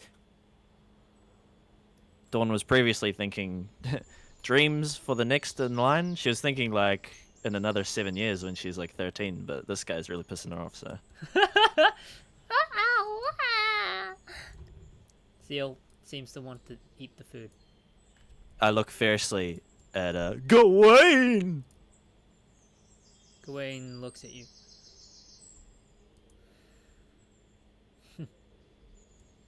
Well, I don't suppose there is much better candidate. It's either my idiot brother's daughter or a foreigner, he says. I'll go get my stuff! Freya's behind you, and her right hand is holding up a backpack. And she gives you a little smile. I look at it. Wait a second. It's all your stuff. She passes it to you. I get the bag dumped on me. My sentence cut off. Off you go, Master Dawn. She smiles. All the best. I narrow my eyes. Oh, and when you come back, do explain what an airplane is. Kyoko thought cloud. This woman. She smiles. Right. Well. What the foresight 1 million? Gawain looks at you. I don't suppose it can get any better than you. That's what happens. That's what you get, I guess. He mumbles something about his brother being an idiot, marrying a foreigner. Well, I don't see you volunteering, Uncle, Sir. Respectfully. He looks at you. Because I'm a male, and the Glacier Knight is a female position. I knew that. It's tradition of the Lawrence clan. He points his flower bud at you, which is slowly wilting. You know nothing.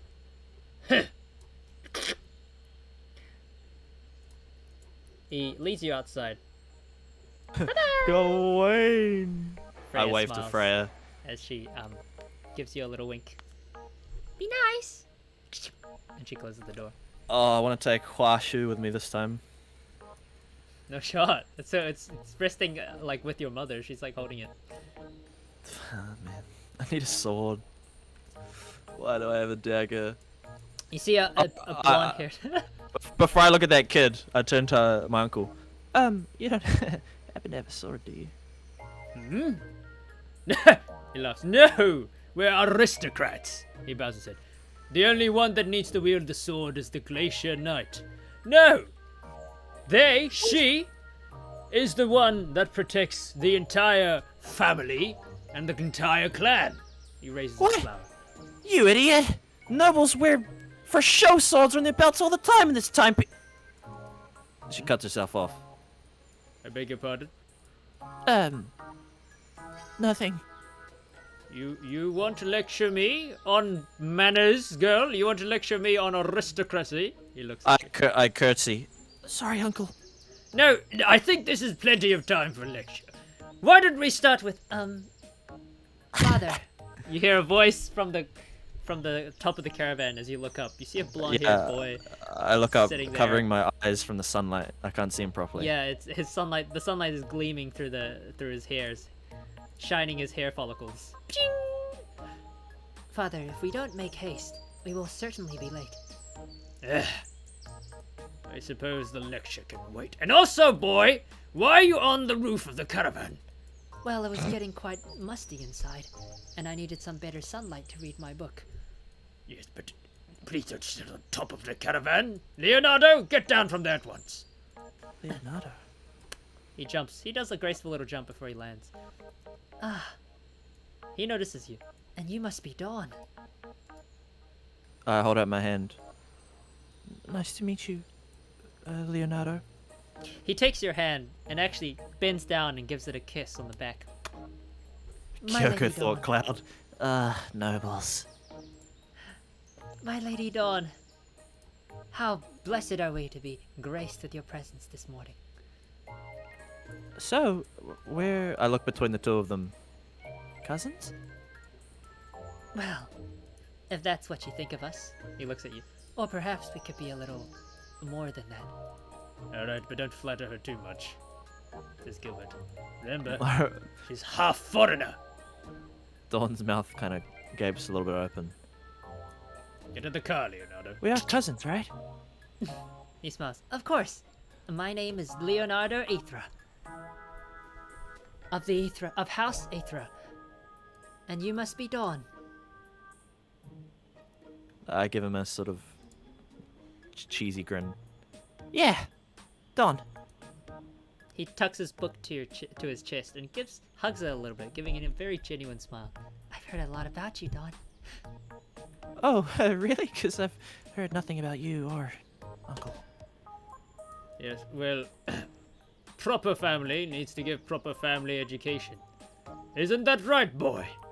Well, Father, you always say the meanest things about her and her family.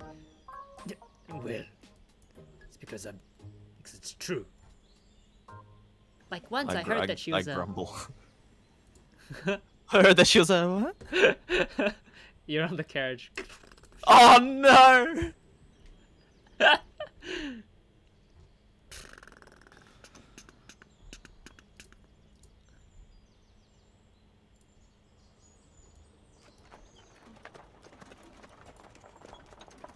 Sitting in a quite luxurious little carriage. Definitely quite comfortable. Not as comfortable as a Mercedes-Benz, which your father may or may not have had in a previous life. But Oosh, still, what a baller. Still relatively nice, as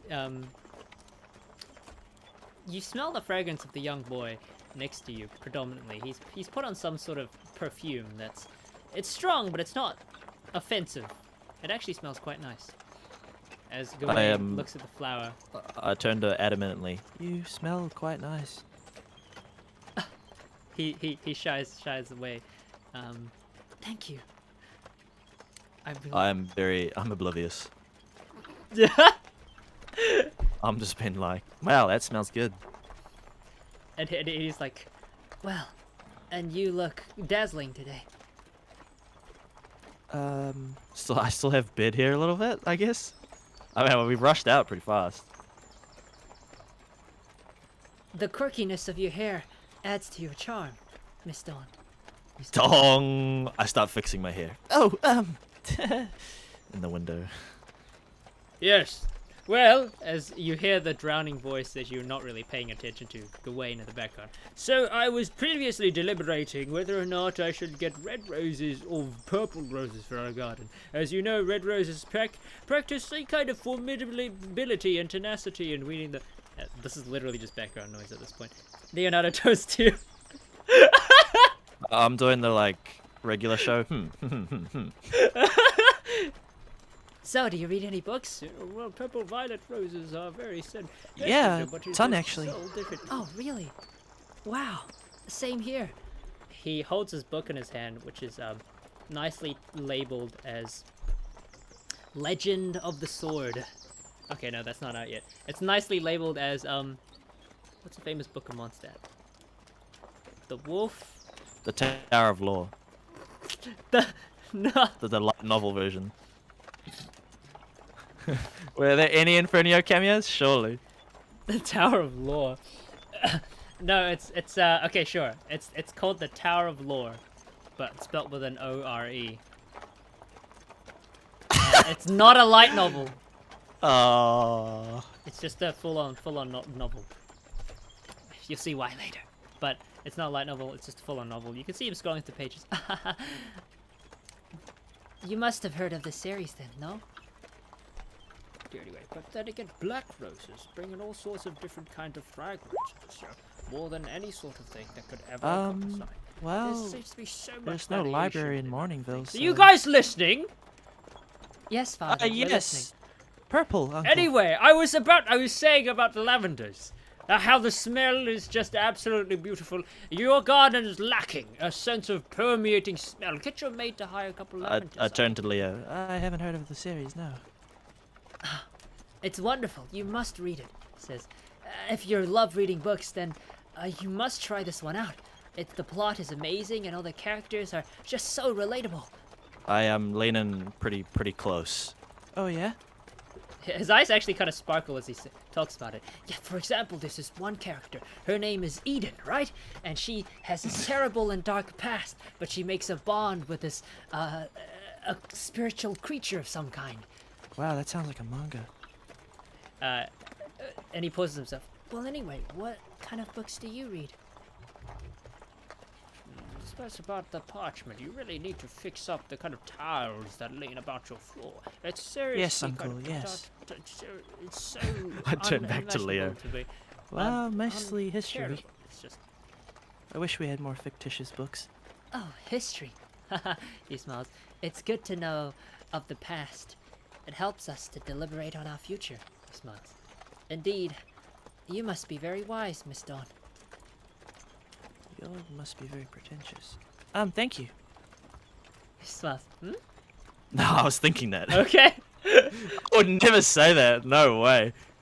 So anyway, I hope you guys all got that down. That was the list for all the improvements that needs to be made to the outside of your house. But you Definitely- never said what sort of water source we should use, Uncle. What? Water source? Use the well. Fresh, and I heard you can put herbs to make them grow better. Surely you know about that. I look a bit smug. You guys have a well in your backyard, do you not? It's all about the appearance. Look, if the well works and is well decorated, then anyone Now that who... I've got them talking about water, I turn back to Leo. Leo smiles at you.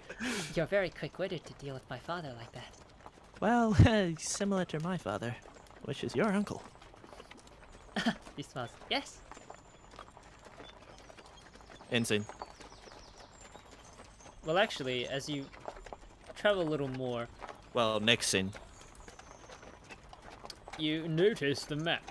You're simply going from here to here, but since it's a rather large cliff in the way, you have to make your way all the way down to Boardingville on the right, and then back right towards Lawrence Estates. The roundabout trip takes you a good 2-3 hours, actually, even on carriage. And Leo, who's mostly silent after making a bit of conversation with you here and there, returns to his book, reading it very intently. Of course. I come up shoulder to shoulder to him. Oh. I also read. He seems to have made some sort of like he seems to be quite embarrassed as you're onto his I'm shoulder oblivious. reading. I'm completely oblivious. And he's shyly kind of is reading. He flips like one page over and then one page back to reread some of the stuff that he's already read because he's quite I giggle every time he does it. And meanwhile, Gawain is like, well, you got water resources, you blimey.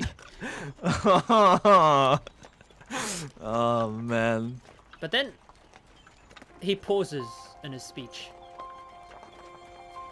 I look up. as he turns and faces the windows. Leonardo also puts his book down and turns out to sea. And out of the clearing of the forest, the sunlight in full noon sun hits this beautiful area. The pavement made out of white limestone. No longer a gravel or a dirt path. And the houses around you sparkle in the daylight, made with shimmering marble and limestone. Nothing like you've ever seen. It's like the place was built on money. And as you take in this breathtaking sight of these magnificent, sprawling estates, you can't help but feel just a tiny bit out of place. A small woman in a large world. The sights sprawl out before you, magnificence and glory in their construction.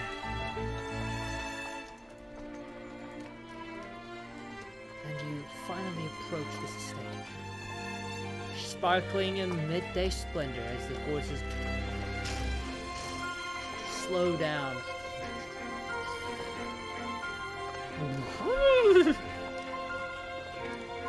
And Gawain can't help but let out one small breath. We're here.